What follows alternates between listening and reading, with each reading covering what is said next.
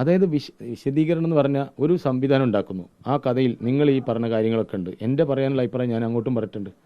പക്ഷേ ആ അഭിപ്രായം പറയുന്നതിനകത്ത് അത് വിശ്വാസത്തിലെടുക്കാൻ പറ്റുന്നില്ല. വിശ്വാസത്തിലെടുക്കാൻ പറ്റാത്ത എന്തുകൊണ്ട്?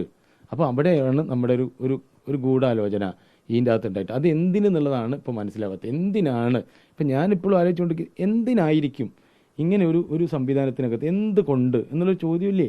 ആ ചോദ്യത്തിനകത്തേക്ക് നമ്മൾ പോകണം. ആ പോകാൻ ആവശ്യമായിട്ടുള്ള സംവിധാനം ഉണ്ടാക്കണം. അതിന് എന്തൊക്കെയാണോ ചെയ്യേണ്ടത്, അതായത് ഇപ്പോൾ ഞാൻ ഇന്നലെ പറഞ്ഞ് പരാതി കൊടുക്കണം, ഏതോ ഒരാളൊരു ചാനലിനകത്ത് പറഞ്ഞു പരാതി കൊടുക്കുന്നത് കാണട്ടെ എന്നിട്ട് എന്തൊരു അഭിപ്രായം പറഞ്ഞു. ഇതൊരു വെറുതെ പ്രമോദ് കോട്ടൂളിക്ക് പോയിട്ട് ഒരു സ്റ്റേഷനിൽ പോയിട്ട് പരാതി കൊടുത്തിട്ട് ഏതെങ്കിലും ഒരു ചാനലിൻ്റെ മുന്നിൽ ഒരു താൽക്കാലികമായി വാർത്തയായി നിൽക്കാനല്ല. ഈ പറഞ്ഞ ഇത്തരം ഗൂഢാലോചനക്കാരുണ്ട്, ഇങ്ങനെ ഒരു സാമ്പത്തിക കാര്യങ്ങളുണ്ടെങ്കിൽ അത് പുറത്തു കൊണ്ടുവരണമെങ്കിൽ അതിന് കൃത്യമായ മെറ്റീരിയലുകൾ തെളിവുകളുടെ അടിസ്ഥാനത്തിൽ കൊടുക്കണം. ആ തെളിവുകൾ എന്താണ്? ഈ ചാനലുകളിൽ വന്ന വാർത്ത മാത്രമേ ഉള്ളൂ. അപ്പോൾ അതിന് നിയമപരമായിട്ട് നല്ല വൈദഗ്ധ്യമുള്ള വക്കീൽമാരുമായിട്ട് സംസാരിക്കണം. എന്നെ സംബന്ധിച്ചിടത്തോളം എൻ്റെ സംഘടനാ പ്രവർത്തനത്തിനകത്ത് പരിചയപ്പെട്ട ആ ലെവലിലുള്ള വക്കീൽമാരാണ്. അവരുടെ ഒരു പരിജ്ഞാനം വെച്ചിട്ടാണ് അവരിപ്പോൾ അതെനിക്ക് സഹായിച്ചുകൊണ്ടിരിക്കുന്നത്. അപ്പോൾ അതാണ് ഇപ്പോൾ നടന്നുകൊണ്ടിരിക്കുക. അപ്പം ഞാൻ അതിൻ്റെ കാര്യങ്ങൾ എടുത്തുകൊണ്ടിരിക്കുകയാണ്. പാർട്ടിക്കകത്ത് പിന്തുണയല്ലേ, നമ്മളിപ്പോൾ പാർട്ടി എന്ന് പറയുന്നത് എൻ്റെ പാർട്ടി അനുഭാവികൾ, എൻ്റെ സ്നേഹിതന്മാർ, അവർക്ക് പാർട്ടിയായിട്ട് ബന്ധപ്പെട്ടവരാണ്. അപ്പോൾ സ്വാഭാവികമായിട്ടും ഞാൻ വീണ് പോകുമ്പോൾ അവർ എൻ്റെ കൂടെ നിൽക്കുന്നുണ്ട്. നിൽക്കുന്നത് ഞാൻ അനുഭവിച്ചുകൊണ്ടിരിക്കുന്നുണ്ട്. പിന്നെ ഈ പറഞ്ഞ സാധനത്തിനകത്ത് പാർട്ടി മിഷനറി, അതായത് ഞാൻ ഭാവിയിൽ എന്താവും എന്നുള്ളതല്ല, പക്ഷെ പാർട്ടിക്കൊരു സംഘടനാ രീതിയുണ്ട്, കൺട്രോൾ കമ്മീഷനുണ്ട്. ആ കൺട്രോൾ കമ്മീഷനും പാർട്ടിയുടെ സംസ്ഥാന സെക്രട്ടറിക്കും ഈ പറഞ്ഞ കാര്യങ്ങളുടെ വിശദീകരണം വെച്ചിട്ട് ഞാൻ കത്ത് കൊടുക്കാൻ തീരുമാനിച്ചിട്ടുണ്ട്.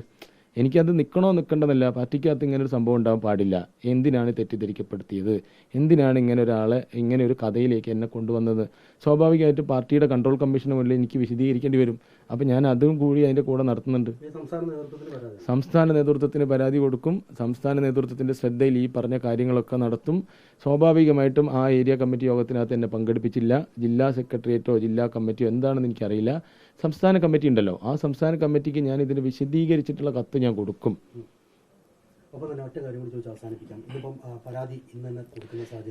ഇപ്പം ഞാൻ സ്വാഭാവികമായിട്ട് ഈ ഞാൻ നേരത്തെ പറഞ്ഞല്ലോ, നമ്മളിപ്പോൾ ഒരു പരാതി കൊടുത്തിട്ട് ആ പരാതി പറയുകയാണ്, ഇതിനകത്ത് കാര്യമായിട്ട് കഴമ്പില്ലാന്ന് തള്ളിക്കഴിഞ്ഞാൽ ഈ ഇത്തരം വാർത്ത കൊടുക്കുന്ന ആൾക്കാരെന്താ പറഞ്ഞാൽ അത് അയാൾ ഒരു പ്രഹസനം കാണിക്കാൻ വേണ്ടി എന്നല്ലേ. അപ്പോൾ അങ്ങനെ വരാൻ പാടില്ല. ഇപ്പോൾ പോലീസിൽ പരാതി കൊടുത്തിട്ട് അത് നടക്കുന്നില്ല, അപ്പോൾ അതിന് അടുത്ത ഏജൻസി ഉണ്ടാവും, അതിന് അടുത്ത ഏജൻസി ഉണ്ട്. അപ്പോൾ പോലീസ് ഇത് നടത്തിയിട്ടില്ലെങ്കിൽ സ്വാഭാവികമായിട്ടും എന്ത് ചെയ്യണം, ഈ ജുഡീഷ്യറിയായി ഞാൻ ഇന്നലെ മനസ്സിലാക്കിയതാണ്, ജുഡീഷ്യറിയുമായി ബന്ധപ്പെടുത്തിക്കൊണ്ട് കോടതി വഴി അന്വേഷണ കമ്മീഷൻ ഒപ്പിക്കാം. എനിക്ക് എൻ്റെ സത്യസന്ധത ബോധ്യപ്പെടുത്തണ്ടേ? അന്വേഷണ കമ്മീഷൻ വയ്ക്കാം. അതിൻ്റെ മുകളിലും ഏജൻസികളുണ്ട്, അവിടേക്ക് നമുക്ക് നോക്കാം. ഒരു ഘട്ടമായിട്ട് വരട്ടെ. അല്ല, എന്നെ അറിയുന്ന കുറേ മനുഷ്യരുണ്ട്. അവരൊന്നും പേര് നമുക്ക് പറയാം. എന്നെ പറയുന്ന എതിരാളികളുടെ പാർട്ടി, എൻ്റെ എതിരായിട്ടുള്ള പാർട്ടിക്കാരുടെയും നമ്മുടെ പാർട്ടിയുടെയും പ്രധാനപ്പെട്ട നേതാക്കന്മാരൊക്കെ എന്നെ വിളിച്ചിട്ടുണ്ട്. അല്ല, ആ പ്രാദേശിക നേതാവിനെ ഒന്ന് എനിക്ക് കാണിച്ചു തന്നാൽ മതി. എനിക്കൊന്ന് അയാളെ കാണാനാ. അങ്ങനെ ഉണ്ടാവല്ലോ, അയാളിപ്പോൾ എപ്പോഴെങ്കിലും വെച്ചിട്ട് ഞാൻ അയാളെ കണ്ടിട്ടോ സംസാരിച്ചിട്ടുണ്ടെങ്കിൽ എനിക്ക് അയാളൊന്ന് കാണണം. എന്നിട്ട് അയാളോട് ചോദിക്കണം, അല്ല ഞാൻ ഇതിനകത്ത് എന്തെങ്കിലും ബന്ധമുണ്ടോ? നമ്മൾ ചായ കുടിച്ച എന്തെങ്കിലും ഉണ്ടാവില്ലേ? ഞാനെപ്പോൾ ആൾക്കാരെ കണ്ടാൽ അവരോട് ചായ കുടിക്കാമെന്ന് പറയും. ഈ ശ്രീജിത്തേട്ടൻ അവസാനം ഞാനെങ്കിലും ചായ കുടിച്ച് പൈസ ഞാൻ കൊടുത്ത്, പിന്നെ എന്നോട് അയാൾ പറഞ്ഞു നിങ്ങൾ എന്താ വേണ്ടിച്ച് കഴിച്ചോളിന്ന്.